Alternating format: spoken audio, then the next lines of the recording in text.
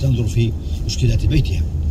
وعلى كل حال فإن رجعت فالحمد لله, لأنه يقول إذا ما رجعت البيت بكرة أنت تحرمين عليه.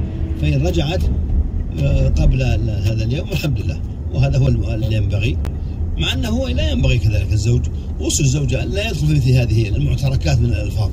لا ينبغي الإنسان يحفظ نفسه ولا يحلف بالطلاق ولا يحلف بالتحريم.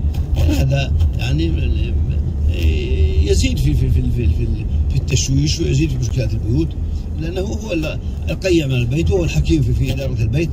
فلك على كل حال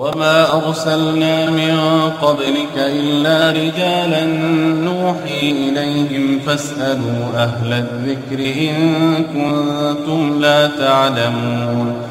بالبينات والزبر وأنزلنا إليك الذكر لتبين للناس ما نزل إليهم ولعلهم يتفكرون.